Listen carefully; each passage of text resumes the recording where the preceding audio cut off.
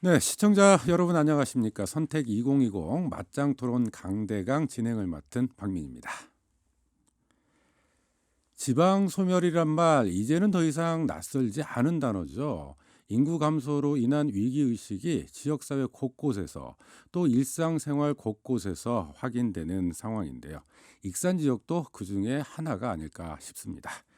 위기를 극복하고 회생의 기회를 삼을 그 계기가 될 선거가 국회의원 선거가 아닐까 싶은데 이 국회의원 후보들의 정책과 이력을 검증하기 위해서 이 본방송 공직선거법 제82조에 따라서 국회의원 후보자 초청 토론회를 준비했습니다. 오늘은 그 마지막 순서로 익산을 선거구인데요. 이 토론회 전일까지 공표된 여론조사에서 평균 상위 이 순위 두 분의 후보를 오늘 이 자리에 초대했습니다. 함께해 주실 후보들 직접 소개드리죠. 더불어민주당 한병도 후보 나오셨습니다. 어서 오세요. 안녕하세요. 한병도입니다. 네, 민생당 조배수 후보 나오셨네요. 어서 오세요. 네, 반갑습니다. 조배숙입니다. 네, 자 본격적인 토론을 시작을 해야 될 텐데 이 4년 전 익산을에서 두 분이 좀 맞대결하시고 이번이 4년 만에 리턴 매치시죠. 네, 맞습니다. 좀 서로 각오와 함께 상대방에 대한 격려의 말씀으로 좀 시작을 해봤으면 좋겠는데 네. 먼저 한병도 후보. 예. 네. 이게 참 선거라는 게 이상한 게 평상시에 제가 전에 의원을 할 때 우리 조배수 의원님하고 아주 가까웠습니다. 이게 뭐 또 때로는 누나 하기도 네. 하고 아주 가깝게 지냈는데 이게 이제 선거를 하다 보니까 이게 경쟁이 되잖아요. 그러니까 또 이렇게 경쟁을 하다 보면 좀 이렇게 치열해지고 이제 그렇게 하면서 좀 안타깝기도 한데 제가 평소에 아주 존경하고요. 네. 그리고 사선에 아주 넉넉한 품이 있으시고 정말 따뜻한 분이십니다. 알겠습니다. 예. 조배수 후보도 한 말씀 해주시죠. 네, 저도 정말 우리 한병도 후보 참 좋아하고 그리고 선후배 사이로서 돈독하게 지냈습니다. 네. 근데 이게 정치가 그 얄궂은 운명인지 이제 상대가 돼가지고 경쟁하게 되고 또 경쟁을 하다 보니까 이제 좀 서로에게 상처를 주는 일도 있을 것 같아요. 근데 네. 공은 공이고 사는 사니까 네. 저는 선거 끝나면 네. 다시 옛날로 돌아가서 지금 뭐 누님 알겠습니다. 동생 하면 좋겠습니다. 네. 자 분위기 좋게 한번 시작을 해보죠. 자 본격적인 토론 시작할 텐데요. 먼저 출마 이유 1분씩 시간 드립니다. 추첨 순서에 따라서 먼저 민생당 조배수 후보에게 기회 드리죠. 존경하는 익산 시민 여러분, 익산의 딸 기호사 한번 조배숙 인사드립니다. 코로나 때문에 얼마나 힘드십니까? 선거도 깜깜이, 경제도 깜깜입니다. 하지만 함께하면 극복할 수 있습니다. 익산도 위기입니다. 그런데 울산시장 선거 개입 사건으로 이달 23일 날 재판을 앞둔 후보와 익산의 앞길을 다투고 있습니다. 한병도 후보, 청와대 정무수석 시절에 전국을 발로 뛰며 지역 현안을 풀었다고 주장하시는데 정작 익산을 위해서 한 일은 하나도 없습니다. 한병도 후보께서 지역 홀대도 홀대지만 재판받느라 1년 이상 아무 일도 못할 것입니다. 만에 하나 유죄가 확정되면 또 익산은 다시 선거를 치러야 합니다. 익산의 귀중한 시간이 허비됩니다. 익산의 자존심을 지키고 익산의 불행을 막아야 합니다. 익산 시민 여러분의 현명한 선택이 필요합니다. 네. 감사합니다. 자 이어서 더불어민주당 한병도 후보에게도 똑같이 1분 드립니다. 존경하고 사랑하는 익산 시민 여러분, 더불어민주당 기호 1번 한병도입니다. 코로나19로 나라가 어렵고 우리 익산이 어렵습니다. 위기 극복을 위해 문재인 정부는 국민과 함께 끝까지 책임진다는 자세로 총력 대응하고 있습니다. 저도 언제나 위기를 기회로 만든 우리 국민과 시민과 함께 최선을 다하도록 하겠습니다. 익산 시민 여러분, 우리 익산의 인구가 빠르게 감소하고 있습니다. 광주, 전주 가던 호남 3대 도시의 위상이 이제는 흔들리고 있습니다. 산적한 현안을 해결할 힘 있는 국회의원이 필요합니다. 문재인 대통령과 함께한 사람, 저 한병도가 우리 익산 시민 여러분들의 목소리를 힘있게 전달하도록 하겠습니다. 감사합니다. 네, 두 분의 출마 이유 들어봤고요. 바로 이어서 쟁점 토론으로 들어갑니다. 총 토론 시간은 6분이고요. 후보당 3분의 시간이 주어집니다. 그래서 3분의 시간을 모두 소진하시면 더 이상 발언 기회가 없으시고요.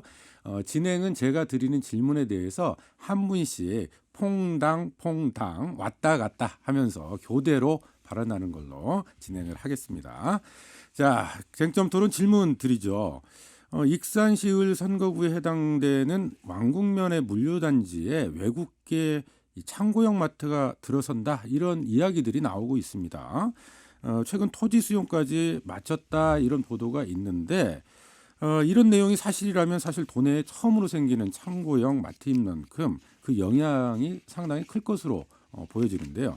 주민 편의를 증대시킬 것이다 이런 시각이 있는가 하면 소상공인에게 큰 타격을 입힐 거다 이런 시각들이 맞서고 있습니다. 이 두 분께서는 외국계 창고형 마트 입점에 대해서 찬성의 입장이신지 반대 입장이신지 밝혀주시고 그에 따라 익산시 발전을 도모하기 위한 방안은 무엇인지 토론해 주시기 바랍니다. 사전 추첨 순서에 따라서 먼저 더불어민주당 한명도 후보에게 발언 기회 드리죠. 예, 이렇게 큰 창고형 마트가 들어온다는 건 좋은 일이죠. 그런데 과연 이 창고형 마트가 들어와서 우리 모두에게 도움이 되고 그리고 익산시 경제 발전에 도움이 될 것이냐 이런 건 저는 진중한 접근이 필요하다는 생각이 듭니다. 지금 현재 우리 익산에도 3개의 대형마트가 이미 존재하고 있습니다. 네. 근데 초기에는 아주 활발하다가 지금은 사양 산업이 되는 것처럼 지금 감소세가 뚜렷하거든요. 그리고 이게 대형마트가 들어오면 왜 저희들이 진중하게 접근을 해야 되냐면 아마 우리 시장 상인 여러분들, 소상공인 여러분들 다양한 직종에 직접적인 영향을 줄 수가 있습니다. 그래서 이것에 대한 대책 없이 대형마트가 들어온다고 무조건 반길 일은 아니라고 생각이 듭니다. 소상공인에게 타격이 갈 것이기 때문에 입점을 반대한다 이런 입장이신 것 같고 조배수 네. 후보. 네, 저도 그 부분에 있어서는 마찬가지 의견입니다. 지금 이제 어떤 분들은 말씀을 들어보시면 익산에도 그게 들어와야 되지 않느냐. 그리고 실제로 이제 대전이나 이런 데 가면은 뭐 거기 그 대형 그 코스코에서 익산 시민들을 많이 만난다. 이런 말씀들을 하십니다. 그런데 저는 장기적으로는 우리가 인구가 좀 더 많아지고 그러면 모르지만 지금 현재는 그 좀 위축돼 있고 그리고 또 코로나 때문에 다 지금 어려운 상황입니다. 그래서 이 시점에서는 좀 적당치가 않다. 그리고 또 이 부분에 서로 상생을 해야 되는데 이제 이미 우리 익산에는 그 대형 마트가 3개나 있고 지금 포화 상태입니다. 그 대형 마트조차도 잘 되고 있지는 않고요. 그리고 또 이 대형 마트 때문에 소상공인들이 굉장히 좀 힘들어하고 또 이런 부분에 있어서 대책이 또 필요하다고 생각을 합니다. 그렇기 때문에 저 역시 이거는 좀 지금은 아니지 않느냐. 좀 더 우리가 이 볼륨을 키워서 좀 그 많은 인구 그런 그 수요량이 생겼을 때 하는 것이 좋지 않겠나라는 생각입니다. 두 분 다 입점에 대해서 좀 부정적인 입장을 좀 가지고 계신 것 같고 조배수 후보는 거기에서 약간 좀 그러니까 지금 단계에서는 어렵지만 향후에는 좀 검토해 볼 수도 있다. 그러니까 이제 우리 인구가 더 많이 늘어나면 늘어나고 또 경제가 활성화되면은 그때는 다시 검토해 볼 수 있겠지만 지금은 알겠습니다. 아니다. 그러면은 두 분께 이렇게 질문을 바꿔서 드려야 될 것 같아요. 일단 이것이 추진되고 있는 상황인데 그러면 이것을 실질적으로 막기 위한 구체적인 대응 어떻게 준비할 수 있는지 좀 거기에 대한 입장을 물어야 될 것 같은데. 아직은 이게 제가 진행이 되고 있다는 말씀은 지금 여기서 들었고요. 아직 시에 이게 공식적으로 뭐가 접수됐다든지 검토를 뭐 허가를 요청한다든지 이런 것은 아닌 상태로 알고 있습니다. 그냥 이렇게 두를 계획이 있고 설왕설래만 있는 상황이다. 네, 그런 걸로 저는 알고 있습니다. 네. 이 대형마트의 폐해에 대해서 사실은 이제 이 코스트코 외에도 이미 대형마트들이 입점해 있잖아요. 네. 중소상인들을 위해서 혹시 대형마트로 인한 피해를 회복시킬 수 있는 대안 좀 준비하시는 게 있습니까? 저는 이제 소상공인 기본법도 제정을 했고요. 그런데 이제 중요한 거는 이제 대형마트도 대형마트지만 지금 이제 온라인 시장 이게 이 생산의 그리고 소비의 패러다임이 지금 많이 바뀌었어요. 그래서 대형마트도 매출이 줄고 있고 그 우리 이제 디지털화가 돼서 스마트폰으로 그렇게 이제 쇼핑을 하고 또 쿠팡 뭐 이런 데서 그 로켓 배송이라고 해가지고 네. 그렇게 돼서 완전히 이게 패러다임이 바뀌었습니다. 그렇기 때문에 저는 이 부분에 대해서 소상공인들이 그 새롭게 변모를 해서 적응할 수 있도록 이런 부분이 필요하다. 그래서 네. 지금 온라인 교육과 그리고 또 디지털화하는 그리고 또 앱, 쇼핑 앱 이런 걸 해서 지금 여기 변화하는 이 소비 그 트렌드에 맞게 네. 적응할 수 있도록 변모를 시킬 수 있도록 지원을 해야 된다. 이렇게 생각을 합니다. 네. 한명도 후보는 소상공인 회생을 위한 대책 좀 어떻게 마련할 수 있을까요? 예, 우리 아주 정부의 최고의 관심사이기도 합니다. 최저임금의 급격한 상승을 통해서 바로 우리 소상공인의 어려움이 가중이 됐죠. 그래서 지금 정부에서 추진을 일단 했던 것이 우리 카드 수수료를 대폭적으로 낮추고 그리고 일자리 안정자금도 지원을 했습니다. 일자리 안정자금뿐만이 아니고 그리고 임대 기간을 9년에서 5년으로 단축을 하고 이런 이제 다양한 노력들을 하고 있는데 이것은 이제 정부가 아주 제도적으로 지원을 하고 있습니다. 근데 이게 또 이제 구조적인 문제가 우리 한국이 안고 있는 문제입니다. 이게 너무 많습니다. 그래서 이게 이렇게 경쟁이 치열하고 임대료에 대한 부담이 크고 이러기 때문에 네. 중장기적으로 어떤 사업의 구조화 예를 들어서 연령이 드신 분들은 정년 퇴임이 끝나면 대부분 다 어떤 소상공인 가게를 열고 이러시는데 이럴 게 아니고 일자리를 연장할 수 있는 국가에서 다양한 프로그램의 변화 이런 것들이 종합적으로 이루어져야 된다고 생각이 듭니다. 네. 조배수 후보도 마무리해 주시죠.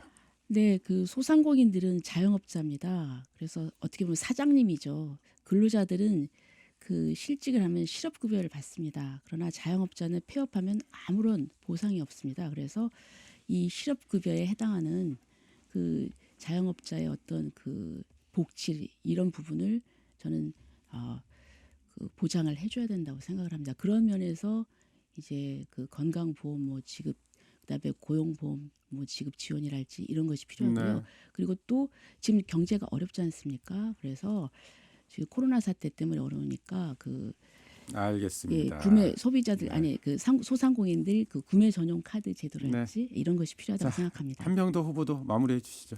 예, 이제 국가적 관심이 필요한 겁니다. 전에 말씀드렸듯이 이게 이제 그 어떤 소비 패턴 이런 것들이 큰 변화가 되고 있거든요. 그래서 이 변화에 맞게 정부에서 어떤 정보에 대한 지원, 자금에 대한 지원, 그리고 일자리에 대한 어떤 재반복되는 거에 대한 지원, 이런 그 국가에서 지속적인 관심과 이런 노력들이 같이 병행돼야 된다고 생각을 합니다. 알겠습니다. 일단 외국계 대형마트에 대해서는 두 분 다 이 부정적인 입장 갖고 계시다 확인을 했고요. 바로 이어서 주도권 토론으로 넘어가 보죠. 주도권을 가진 후보가 7분의 시간 내에서 상대 후보의 정책과 이력, 인물을 검증할 수 있는 시간이고요. 단답형으로 진행을 해주시는 걸 희망하고요. 가능하면 그래서 답변 기회도 충분히 좀 주실 수 있도록 했으면 좋겠습니다. 먼저 민생당 조배수 후보에게 7분의 시간 드리죠. 네, 뭐 지난번에 이제 저희가 이제 토론회가 지금 네 번째인가요? 네, 그래서 이제 많이 나왔던 예. 얘기입니다. 그래서 즉 연관해서 좀 말씀을 드리겠습니다. 혹시 청와대 그 전북 출신 인사가 몇 명인지 아십니까? 저희들이 이제 전체 수석급이 4명, 비서관급이 8명, 현재 전북 출신이 전현 그렇게 되는 걸로 알고 있습니다. 예, 그 밑에까지는 파악을 못 하셨나 보죠? 예, 네. 이게 수석과 비서관. 네, 알겠습니다. 예. 근데 지난번에 한 후보께서 KBS 방송 토론에서 울산시장 선거 개입 사건 참고인 조사 직전에 극단적인 선택을 한 분이 있어요. 청와대 특감 반원은 백모 수사관이라고 했습니다. 예. 근데 전혀 모른다고 하셨죠? 예. 예. 그 업무상 소통한 적도 없다고 하셨죠? 네, 맞습니다. 예. 그런데 그 고 백 수사관이 한 후보와 같은 시기에 청와대에 근무를 했는데요. 그 백 수사관이 묘하게도 익산과 관련이 있어요. 예. 그 남성고 출신인데 아세요? 뒤에 들었습니다. 아, 뒤에 들었다. 네. 그래서 청와대 근무자가 한 500명 되는데 동양 선후배 사이인데 좀 모른다는 게 좀 이해가 되지 않고요. 자, 그러면 이제 이 모른다고 하셨으니까 나중에 이제 그 이것이 거짓말로 밝혀지면은 허위 사실로 후보직을 사퇴해야 될 그런 위험에 처할 수도 있습니다. 그 그리고 지금 이제 토론이요. 아니 그리고 이거 지금 그 후보님이 백수사관 말씀하시는 아이폰이 건 이 아주 잔금 네, 해제가 답변할 됐습니다. 기회를 좀 그러니까, 주시고 예. 예, 이게 네, 지금 예를 들어서 이분을 아냐 모르느냐, 저는 이 만난 기억이 전혀 없습니다. 전혀 기억이 없는데 기억이 없다. 마치 예, 아니 이것이 알겠습니다. 예, 이렇게 자 예를 들면요, 이게 우리 조배수 후보님께서 청와대 이걸 잘 모르시는 것 같은데요. 이분은 민정수석실 소속입니다. 그리고 이 특감반은 청와대 내 같이 생활하지도 않습니다. 네, 그리고 알겠습니다. 다른 사무실에서 같이 근무하시는 거고요. 네, 동양이라고 해서 만나고 뭐 이럴 수 있는 여건이 안 된 겁니다. 그분은 민정수석실 네, 소속입니다. 알겠습니다. 네. 예. 근데 이제 이 백수사관의 아이폰이 이제 잔금 해제가 돼가지고 뭐 진실은 이제 드러나라고 생각을 합니다. 아니, 지금 이제 예. 말씀하시죠. 또 이제 공무원은 이 정치적 중립 의무가 있습니다. 그렇죠? 예. 네. 청와대는 더욱 그렇습니다. 이제 청와대가 왜냐하면 가장 큰 권력을 갖고 있기 때문입니다. 그래서 지금 이제 기소되셨는데 정무수석 시절의 그 선거 개입 혐의는 아주 큰 범죄입니다. 그렇죠? 이제 어제 토론회 중에서 한병도 후보께서 이제 공소장 읽어봤냐 이제 말씀을 하셔가지고 제가 이제 공소장을 들고 나왔어요. 들고 나왔는데요. 뭐 이거를 다 저기 할 수는 없고 제가 핵심적인 부분만 좀 확인을 좀 하겠습니다. 토론. 네. 예, 아니 이제 궁금하니까 이건 질문을 하시고 신문에서도. 거기에 대한 네네. 답변을 네네. 들으시면 되겠습니다. 예, 질문을 해주십시오. 예, 하겠습니다. 여기 보면 이제 정무수석 등은 이제 이게 여기는 정환석 그 공소 사실에 나오는 부분입니다. 예, 정무수석 등은 2012년 5월 14일경 피고인 장환석에게 산재모 병원 지방선거 전 예타 결과 발표를 지시하였고 이게 맞나요? 제가 기억이 없습니다. 아, 기억이 없다. 네. 예, 기억에 없다. 지금 3분 정도 시간 남으셨어요. 네네, 아니, 예, 네. 예, 제가 이게 중요한 부분이니까 그다음에 제가 이제 반복해서 뭐 질의한 거니까 잘 알고 계실 거예요. 그리고 또 임동호 후보는 2018년 1월 하순경 청와대를 방문해서 피고인 한병도에게 오사카 총영사 등 임명 여부를 재차 문의하였고 이런 사실이 있으신가요? 그 위에 보면 그 임동호가 저에게 문의하고 부탁한 걸로 나오죠. 네네. 부탁하였고요. 네, 네. 그렇습니다. 아 이건 맞고요. 네. 예.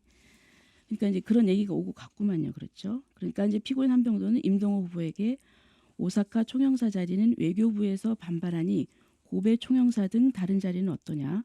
공공기관장 자리는 많은데 공공기관장은 어떠냐고 말하며 사회자님 이게 예. 토론이 아니고 지금 오사카 제 총영사 공소장을 아니. 10분 동안에 아니요 그걸 제가 낭독하면 다 하는 게 아니에요. 아니요 제가 간단히 질문을 해주십시오. 시간이 자꾸 가니까 그러니까 질문을 하는 겁니다. 그러니까 오사카 총영사 대신 다른 공사직이 가능할 것처럼 말을 하였다. 이게 맞나요? 지금 계속 지금 읽고 계신 건 아니, 검찰의 주장입니다. 아 검찰의 주장이다. 네, 공소장이 검찰의 주장이죠. 검찰의 주장이다. 네. 아니 뭐 좋습니다. 네. 어떤 형태로든. 네.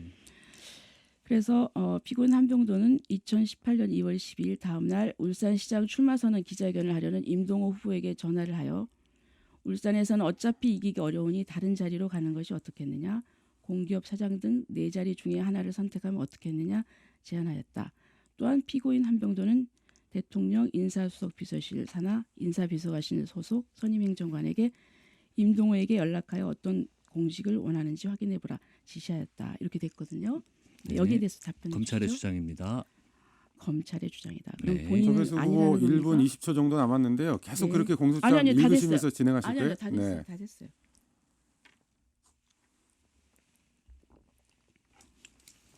자, 이제 여기에 대해서 이제 말씀을 하셨고요. 제가 이제 그러면 또 질의를 좀 하도록 하겠습니다. 그러면 지금 이제 임동호 이분과 상당히 가까운 사이죠. 네, 한 20년 지금. 네, 그러니까 아까 제가 이제 들어보니까 그 부정을 안 하시고 임동호가 그런 얘기를 한 건 맞다. 네, 했습니다. 그렇게 네. 말씀하셨어요. 예. 그러면 저는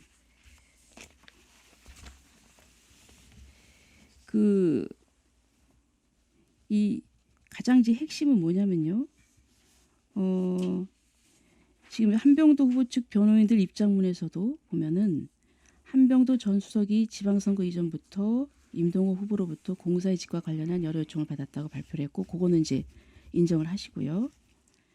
그러니까 이것을 공사의 이 직을 오사카 공사직을 친분 관계로 요구 제한할 수 있는 그런 분위기였네요. 마무리해 주셔야 될 것 같네요. 네. 네. 네. 질문 제가 답변할 시간은 아예 주도권 토론 네. 없는 건가요?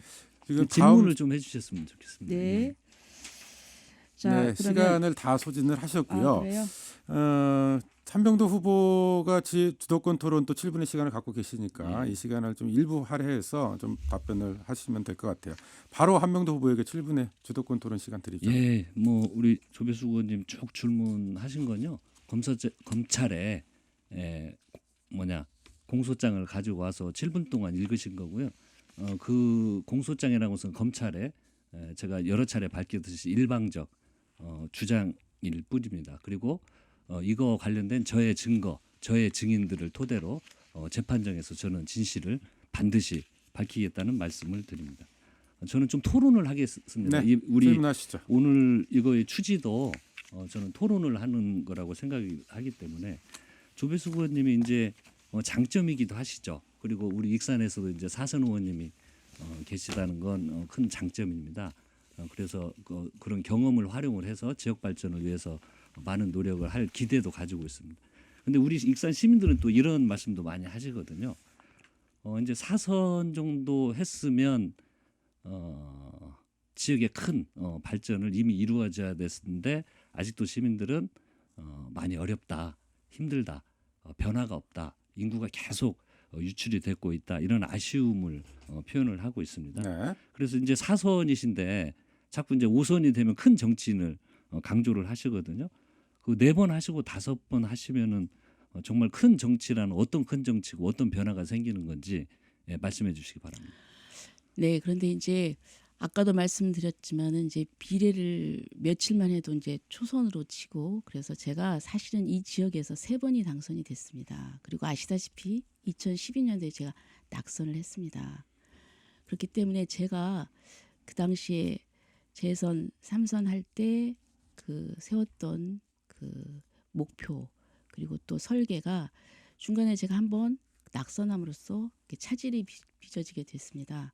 그리고 또 그렇게도 이제 보실 수도 있지만, 좀 그러나 짧게 답을 해주시면 좋겠습니다. 네, 그러나 제가 많은 일을 했습니다. 네. 그래서 뭐 국가 식품플러스도 많은 일을, 유치했고, 그거 다 알고 전라북도 있습니다. 과학교육원, 예. 그리고 또 약촌 오거리에 호텔을 유치해서 많이 예. 변화시켰습니다. 뭐, 네, 뭐, 그런 것도 좀 평가를 해주셨으면 예. 좋겠고요. 네. 물론 이제 어느 의원이 지역을 위해서 그런 현안을 챙겨야 된 건 당연합니다. 그리고 그런 성과를 제가 없었다는 게 아닙니다. 그리고 믿습니다. 조배수 의원님이 발로 아주 열심히 뜨시고 뭐 어려움이 계시는 분들 항상 앞장서서 그걸 제가 폄하하는 건 아닙니다. 열심히 하셨죠. 그런데 지금 우리 시민들이 느끼고 있는 건 어떻습니까? 제가 많은 만난 분들은 희망의 이야기보다는 아쉬움, 불안감을 많이 이야기를 하십니다. 집값이 많이 올라서 주변 군산이나 오히려 전주보다 더 집값이 비싸다. 그리고 인구 유출이 지금 뭐 다 우리 조배수 후보님도 알고 계시지만 다른 우리 전라북도에서도 인구 유출이 가장 심한 곳 중에 하나이고요. 전국적으로도 그렇습니다. 그 인구 유출을 해결하기 위해서는 좀 여러 예를 들어 집값의 문제라든지 환경의 문제라든지 좀 큰 틀에서의 변화 이런 것들을 만들어냈어야 네. 된다는 말씀입니다. 그리고 그럼 이게 이제 큰 정치인이 되신다고 했는데 네. 5선이 되시면 어떻게 국회 부의장을 생각하십니까? 의장을 생각하십니까? 국회 부의장도 좋고요, 그 의장도 좋고요. 그거는 이제 또 총선이 끝나서 이제 원 구성에서 이제 상황에 따라서 좀 달라질 거라고 생각을 합니다. 그 상황의 변화는 어떤 상황의 변화를 말씀하시는 거죠? 네, 총선이 끝나면, 그런데 이제 저는 지난번에 이제 한 후보께서 말씀을 하셨어요. 이제 국회가 교섭단체별로 돌아가니까. 아니 어떤 상황의 변화를 저는 총선 이후에 예, 우리 저는 조 이렇게 후보님이 생각합니다. 생각에서는 네. 상황의 변화. 양당제도 좋지만 지금 선거제 개혁을 한 것은 다당제를 내세운 거 아닙니까? 그래서 저는 이번에 사실 양당 구도가 조금 허물어지고 이 다당제 구도로 갈 거라고 생각을 합니다. 그렇다고 하면은 저는 분명히 그 교섭단체가 여러 개 생길 것이고 그렇다고 하면 거기에 어떤 협치 이런 관계로 저는 분명히 가능하다고 생각을 합니다. 그러면 민생당이 교섭단체 구성이 가능하다.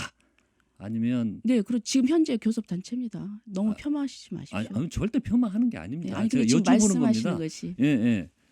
민생당을 통해서 교섭단체를 구성할 수도 있고 아니면 또 그러면 만약에 교섭단체 구성이 안 되면 다른 당 구성이 안 된 이런 당과 연합을 해서 교섭단체를 구성할 그럴 그러니까 생각이 이제 있습니다. 선거제 개혁이라고 하는 것이 다당제 아닙니까? 그리고 이번에 많은 이제 비례 정당이 그 좀 탄생을 했고 예. 이분들이 3% 이상이면은 이제 국회 의석을 배정받게 됩니다. 예. 그렇다고 하면 저는 충분히 가능성이 이제 있다고 제가 생각합니다. 그 이제껏 보고 느낀 국회 운영은 역시 이제 뭐 국회는 선수가 중요합니다. 선수를 서로 존중해주고 그렇죠. 그런데 국회 운영은 현실은요 교섭단체 중심으로 돌아가게 돼 있습니다. 그래서 우리 예를 들어서 뭐 국회 부의장을 뽑고 의장을 뽑는 것도 교섭단체 중심으로 진행을 하고요. 제가 왜 이 말씀을 드리냐면 적어도 이 교섭단체 구성이 돼야 우리 익산과 관련된 예산 어떤 현안들을 논의의 틀 안에 네. 들어가서 직접 챙기고 많은 더 국가 예산을 따올 수 있는 건 그건 교섭단체 힘과 좀 연관이 있을 때 이렇게 되는 것이다. 아 그래서 선수를 한 번 더 쌓는다고 결코 그런 힘이 생기는 건 아니다. 아 근데 네. 그래서- 저에 대해서 좀 뭐 말씀 네. 뭐 드릴 네, 게 질문이신 것 같아요. 예, 네, 예, 답변하시면 예, 될 것 예, 같습니다. 예. 그러니까 그 교섭단체별로 움직이는 건 맞습니다. 그래서 제가 새로운 교섭단체가 탄생할 가능성은 충분히 있고 또 그럼 그 교섭단체 내에서 누가 해야 되겠습니까? 다섯 논의하는 거죠.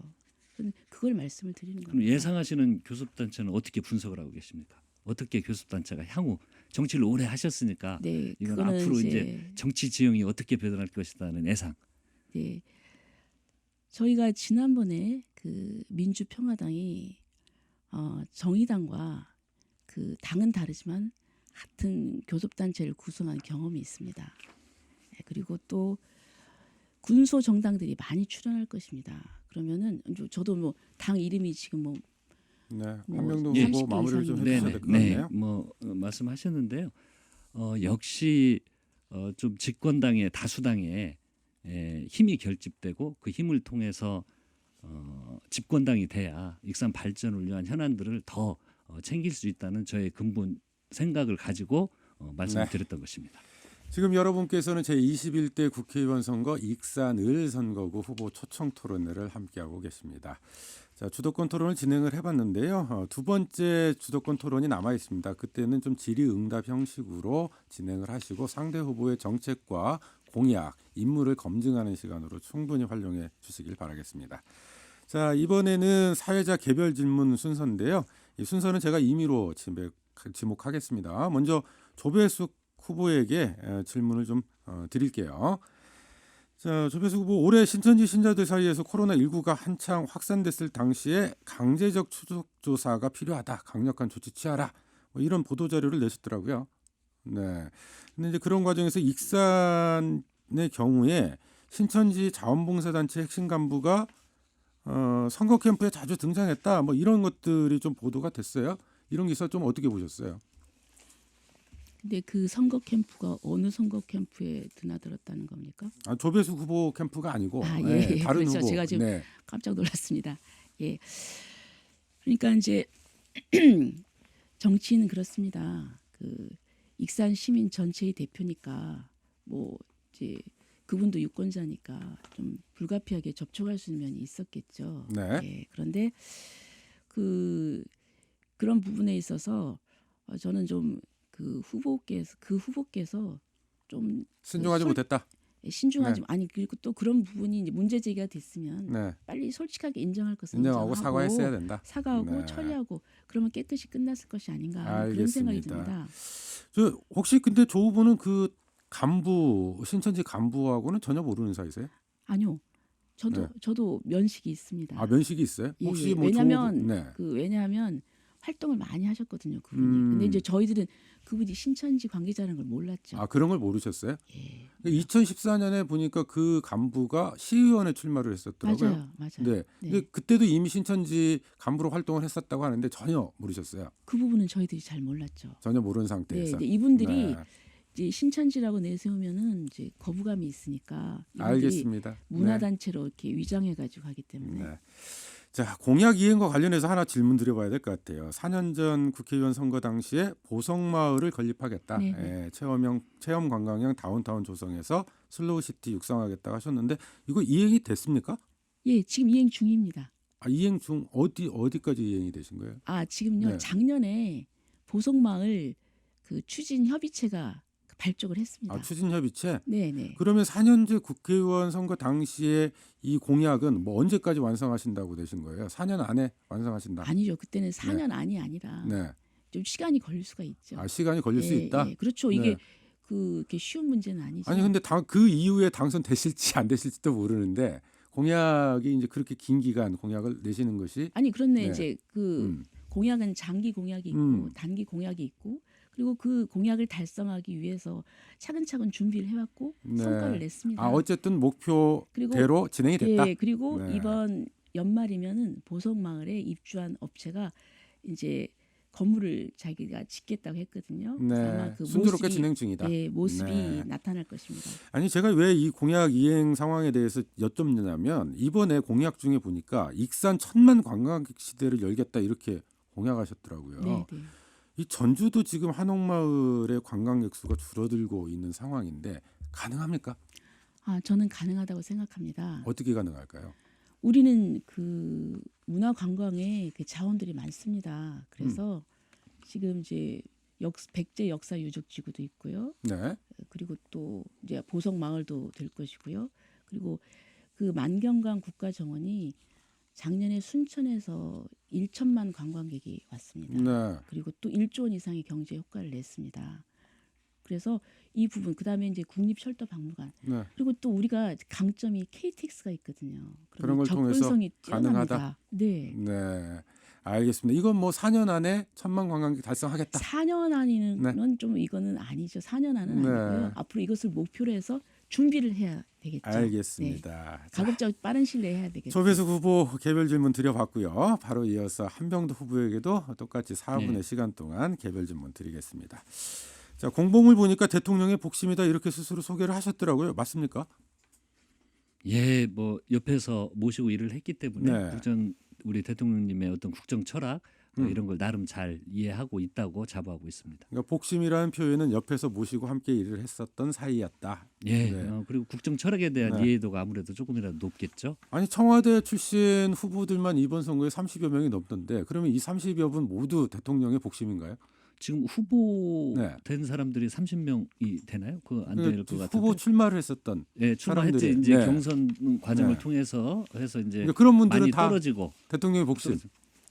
예, 뭐 그래도 청와대에서 이렇게 네. 수석이 되면 거의 매일 대통령님을 뵙고 말씀을 나누고 국정 운영에 대한 이런 어떤 토론을 많이 하기 때문에 네. 예, 자주 뵙습니다. 알겠습니다. 그 익산갑 선거구 김수웅 후보가 같은 당이세요. 네, 근데 네. 도청을 익산으로 이전하겠다 이런 공약을 내셨더라고요. 예. 또 어떻게 생각하세요? 가능하다고 보세요?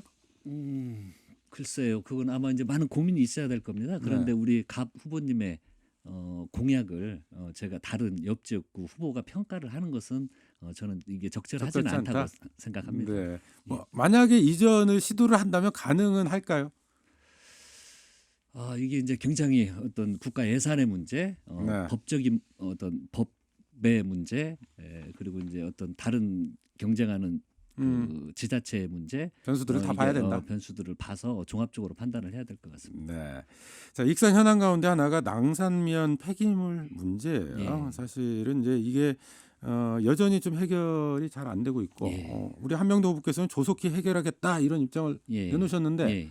구체적으로 예. 어떻게 해결하겠다. 예. 네, 이 자리에서 좀 밝혀주실 수 있을까요? 지금 우리 익산의 가장 우리 을 지역에 가장 시급한 현안이기도 합니다. 제가 현장을 가봤는데 정말 심각합니다. 근데 이제 작년에 좀 노력을 안 한 건 아니거든요. 그래서 익산이 136억 원이 반영이 되긴 했는데 네. 그 돈이 무용지물입니다. 이 전제가 18개 지자체가 예산을 배정을 해야 네. 그래야 집행이 가능합니다. 근데 전주하고 익산밖에 예산 배정을 안 했습니다. 그래서 돈을 쓸 수가 없어요. 근데 이제 침출수 관련된 예산도 다 떨어졌거든요. 네. 근데 이런 예산 구조를 가지고는 해결을 할 수가 없습니다. 그래서 제가 제안을 했던 게 환경부와 익산시가 매칭을 네. 1대1 매칭으로 변화를 하지 않으면 예산을 쓸 수가 없다. 그리고 이제 환경부에서 그럼 직접적인 관심을 가져야 됩니다. 이제 문제는 우리 지자체가 우리 익산이 재정이 어려우니까 네. 저는 환경부에서 좀 더 많은 예산을 투입을 해서 직접 컨트롤 타워가 돼가지고 1대1 매칭 예산으로 변환을 해야 실현 가능하다 이렇게 그러니까 생각이 지자체 듭니다. 익산시가 결심을 하면 환경부 설득할 자신은 한병도 후보에게 있다. 네, 네. 최선을 다해 설득을 알겠습니다. 하겠습니다. 자, 끝으로 이 질문 좀 드려볼게요. 네. 새만금 해수유통 뭐 지역사회의 가장 큰 관심사 가운데 하나입니다. 네. 일단 입장은 어떤 입장이세요? 금년에 용역 결과가 나옵니다. 네. 그게 이제 어떤 세수 유통 관련해 가지고 많은 논의가 있고 지금 어떤 우리 시민사회단체는 이제 오염이 아주 심각하다고 판단하고 있고 정부에서도 이 문제에 대해서 심각성을 인식을 하고 있다고 생각을 합니다. 근데 이제 먼 과정이 아니고 네. 금년에 용역 결과가 나오니까 그 결과를 지켜보자. 보고 바로 네. 결정을 했으면 좋겠습니다. 근데 공교롭게도 민주당 후보들이 다 하나같이 한병도 후보와 같은 입장이네요. 네. 혹시 사전에 새만금 해수유통과 관련해서 민주당 후보들끼리 좀 합의를 하신 게 있습니까? 전혀 없습니다. 저는 없고 전혀 자연스럽게 없습니다. 예, 예. 그런 결론을 예, 똑같이. 그런 정책이 진행된다는 걸 네. 제 스스로 좀 알았을 정도지 알겠습니다. 후보가 공통된 의견은 아닙니다. 여기까지 확인을 네, 하겠습니다. 감사합니다. 자, 사회자 질문까지 마무리를 했고요. 바로 다시 이어서 주도권 토론 진행을 하겠습니다. 다시 한번 좀 그 주의를 드릴게요. 좀 일방적인 진행을 좀 지양해 주시고요. 충분히 질의하시고 답변 기회 주시고 거기에 대한 반박하시고 이런 순서로 진행을 해주시길 바라겠습니다. 자, 이번에는 더불어민주당 한병도 후보에게 7분의 시간 먼저 드리죠. 예, 이번엔 이걸 좀 여쭤보겠습니다. 우리 조배수 의원님께서 뭐 여러 장점을 가지고 계시는 정치인이기도 하신데 제가 안타까운 건 이제 어떤 신뢰, 정치의 일관성 이게 중요합니다. 그래서 제가 이제 첫 번째 토론 때 한번 말씀을 드리고 안 드렸는데 제가 쭉 나열은 하지 않겠지만 정말 새로 탈당, 입당, 당적을 너무 많이 바꾸셨거든요. 그건 이제 제가 생각하는 어떤 정치적 신뢰, 일관성 이거에는 좀 맞지 않다. 그리고 당을 이렇게 많이 바꾼 것은 그때마다 어떤 명분이 있겠죠. 다당제, 정치개혁, 지역 발전 여러 이야기를 할 수 있는데 적어도 우리 좀 원칙적인 입장에서 봤을 때는 이렇게 많이 바꾸는 건 이건 올바른 방향이 아니다라고 생각을 하는데 그것에 대해서는 어떻게 생각하십니까? 네. 참 탈당이라고 하는 것은 그 정치인으로서는 정말 깊은 고뇌의 결단입니다. 예, 그런데 지금 이제 뭐 너무 많이 했다고 하는 것 좀 어폐가 있고요. 그 중에는 지난번 열린우리당에서 민주통합당으로 됐을 때 그 열린우리당 그 의원들 다 탈당했었습니다. 그런 것도 지금 포함해서 지금 말씀을 하신 것 조배수 같아요. 의원님 선도 탈당하셨죠. 먼저 하셨죠. 아니 이제 저는 끝까지 있다가 아니요. 그러니까 통합할 어쨌든 때였거든요. 예, 근데 그러니까 먼저 그것도 나가셨잖아요. 그거하고 그러니까 다 그런 탈당을 불가피하게 선택할 수 있는 경우가 있다 이거죠. 두 번째는 그 제가 이 국민의당에서 그 보수 야합을 반대했기 때문에 불가피하게 탈당해서 민주평화당을 창설을 했고 초대 당 대표를 했습니다. 그리고 제 이 모든 결점이나 이런 게 있음에도 불구하고 20대 총선에서 시민들께서 그것을 저를 당선시켜 주셨습니다.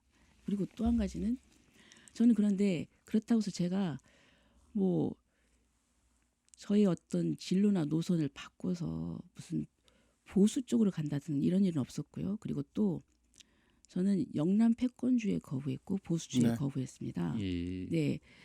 그 표는 호남에서 받아가고 돈은 영남에서 푸는 그런 영남 네. 패권주의에는 반대했거든요. 예. 네. 물론 이제 이렇게 탈당과 새로운 당 입당 이런 것들이 계속 많은 건 그때 당시에 이제 뭐 이런저런 조배수 후보님께서는 여러 말씀을 하셨는데 이제 저는 어떤 우리 기본 자세라는 생각이 듭니다.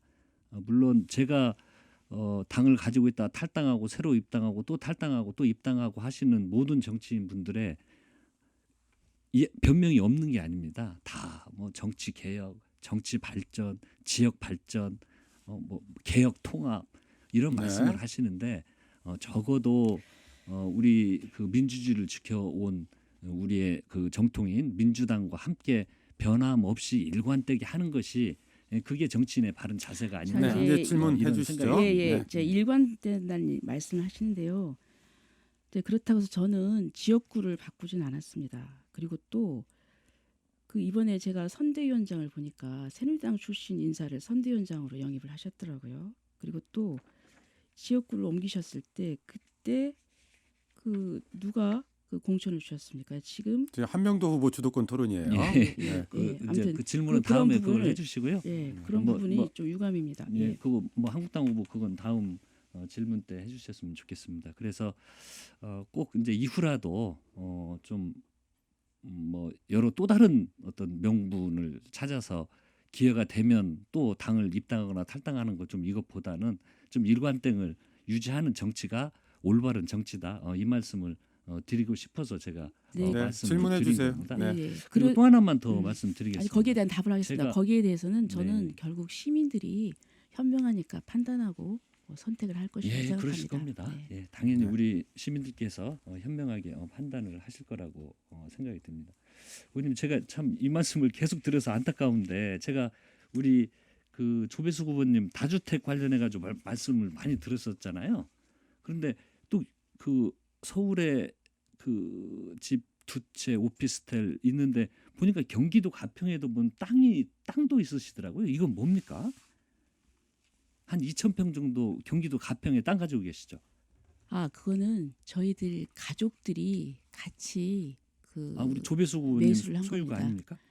그 가족들이 같이 매수를 한 거예요. 저 단독이 아니에요. 단독이 아닙니까? 예. 가족들이 같이 매수를 한 겁니다. 예. 그래서 좀 이것도 한번 나중에 검토를 좀 해봐 주십니다. 제가 왜 계속 이걸 문제 제기를 하냐면 조배수 후보님이 그렇게 다주택자에 대한 문제, 정부 정책에 대한 문제를 비판을 하셨는데 제가 쭉 보다 보니까 서울 강남에 집이 두 채신가요?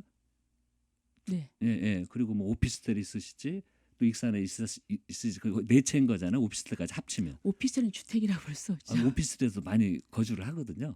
예, 저는 서울 가면요, 그 오피스텔을 얻어서 삽니다. 예, 그렇기 때문에 대부분 많은 젊은이들이 집이 없어서 오피스텔에 거주를 하고, 네. 저도 서울에 살 때 오피스텔에서 국회의원 할 때도 오피스텔에 거주를 했습니다. 그래서 그건 한번 정말 어려운 서민들은 집 한 채 구하기가 너무 힘들기 때문에 질문을 하시고요. 그 말씀에 네, 그렇다고 대해서 하면은 이제 예. 제가 그 분명하게 이제 말씀드리고 싶은 것은 강남에 집이 두 채다. 예. 그 말씀을 듣고 보면 참 그런데 제가 뭐 투기로 구입을 한 것도 아니고요. 그 어머님께서 돌아가셔가지고 제가 이렇게 새로운 한 채 상속을 지금 말씀하시는 거죠? 상속을 받은 상속 받으신 겁니다. 거죠? 예, 예. 그래서 제가 뭐 투기로 막 더 한 것도 아니고 그다음에 익산에 있는 것은 지난번에 말씀드렸듯이 익산에 전세를 사니까 저 사람은 떠나갈 사람이라고 자꾸 마타도어가 있어가지고 이제 그래서 구입을 했는데 구입을 하고 나니까 네. 그 얘기가 싹 없어졌어요. 예. 제가 이제 이 질문 두 가지를 드렸던 건 정말 앞으로 우리가 정치를 함에 있어서 일관됨과 원칙을 지키는 것이 멀리 봤을 때는 우리 시민들께서 인정을 해주신다. 그리고 뭐 보수당에 가지지 않으시고 우리 서민의 정당, 항시 서민 편에 쓰셨다고 말씀을 방금 전에도 하셨는데 이렇게 다주택을 가지고 있으면 집값 상승의 주요 요인이거든요. 마무리해 주셔야 될 것 같네요. 그런 것들은 잘 판단을 하셔야 된다. 이런 취지에서 말씀드렸습니다. 아, 예, 네. 제가 일부러 자, 한병도 일부러 후보의 구입한 것도 주도권 아닙니다. 토론 진행을 해봤고요. 바로 이어서 조배수 후보에게도 역시 똑같이 7분의 시간 드리겠습니다. 네, 한병도 후보께서는 이제 말씀을 하실 때 청와대 정무수석 한 그 이력을 말씀하시면서 대통령과 가깝다 이제 이렇게 말씀을 하시고 또 출마 선언문에서 전국을 발로 뛰며 현안을 청취하고 지역의 수건을 풀어낸 경험이 있다. 뭐 이렇게 강조를 하셨어요. 근데 익산의 현안을 뭘 해결을 하셨는 게 있나요? 익산을 위해서는 뭘 하셨죠? 이제 저에게 직접 연락이 온 건요. 우리 넥솔론 관계자들이 저에게 직접 연락 온 건 우리 넥솔론 관계자들이 한 번 왔을 뿐입니다. 예, 아니 그리고 한 번 온 것뿐이다. 예. 그런데 이제 한병도 후보께서 항상 이렇게 강조를 하세요. 대통령과 가깝다, 뭐든지 할 수 있다. 그러면 정무수석 자리에 있을 때 가까운 자리거든요. 그러면 예.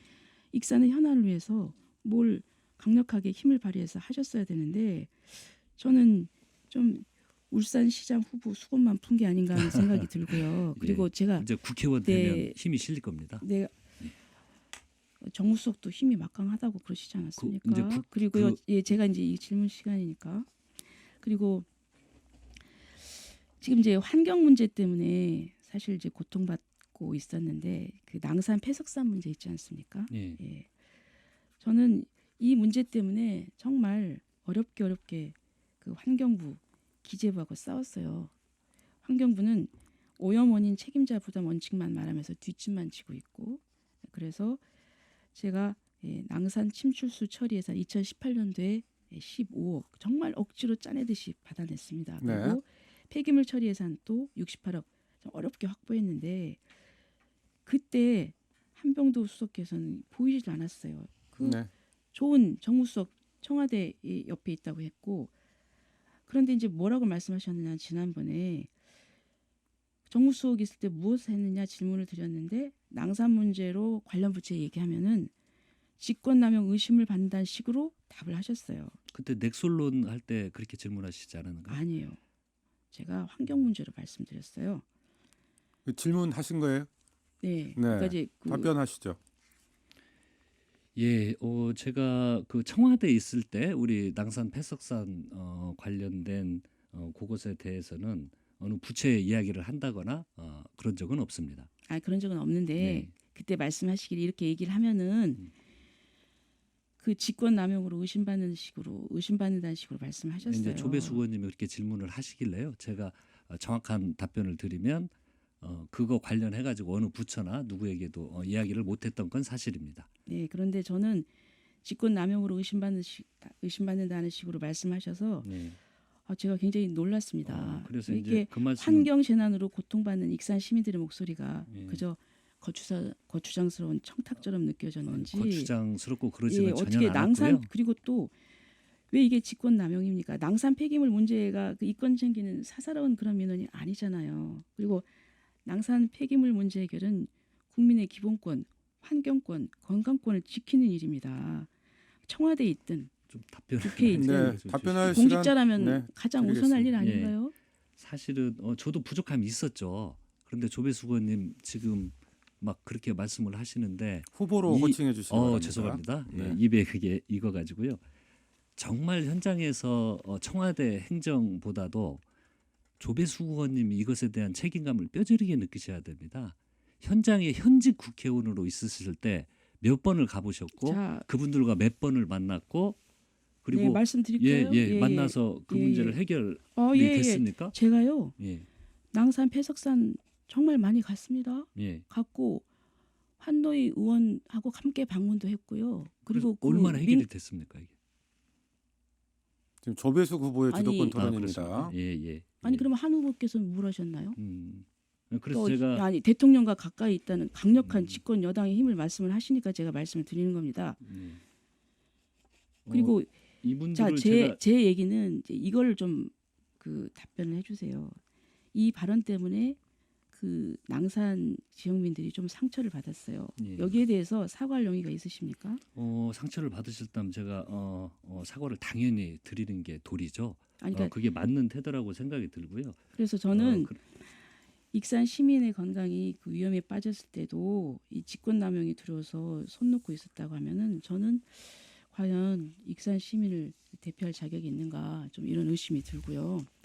그다음에 이제 또 질의를 좀 하겠습니다. 네, 답변은 시간 네, 거의 말씀- 전에도 정도? 그랬고요. 전에 울산시장 관련된 것도 그랬고 제가 답변할 시간이 너무 없었고요. 하세요. 이제 뭐 질문을 좀 해주십시오. 네네. 아니 지금 또 질문할 거예요. 아 그렇습니까? 예, 그래서 해주세요. 국가식품 클러스터 그 이제 공약을 하셨어요. 국가식품 클러스터는 이제 제가 유치를 했기 때문에 저도 굉장히 애정이 많은 사업이고요. 또 네. 거기에 대해서 인정해 주신 건 뭐 저도 상당히 뭐 환영합니다. 환영하는데 이제 그 보니까 세일즈맨이 돼서 식품 클러스터에 기업 유치하겠다 이렇게 말씀을 하셨어요. 세일즈맨의 심정으로 세일즈맨 필요하면 직접이라도 방문해서 네. 설득을 하고 아니, 이제 노력을 하겠다는 예, 말씀입니다. 그 얘기죠. 예. 그러니까 아주 좋습니다. 좋은데 그 저는 이제 세일즈맨 그것도 좋지만 어떤 기업이 들어올 수 있는 그런 인프라 생태 환경을 만드는 것도 굉장히 중요하거든요. 제가 경험상 전들 뭐 세일즈맨 심정을 안 했겠습니까? 예, 많이 했는데 이제 그런 부분이에요. 그러니까 분양가가 좀 너무 비싸고 그다음에 그 이 정주 여건이나 뭐 이런 인프라가 필요하고요. 입주한 기업한테 지원하는 게 필요해요. 그래서 저는 이 부분에 대해서 투자 환경을 갖춰야 된다. 네. 그래가지고 제가 이제 이런 내용을 담은 특별법을 지금 발의를 했습니다. 질문을 해주시죠. 네. 네. 어떻게 생각하시는지요? 그 이제 제가 특별법 저번에 발의를 하셨는데 그게 통과가 안 됐잖아요. 아직은 안 됐습니다. 예, 아직 지금 현재 계류 중인가요?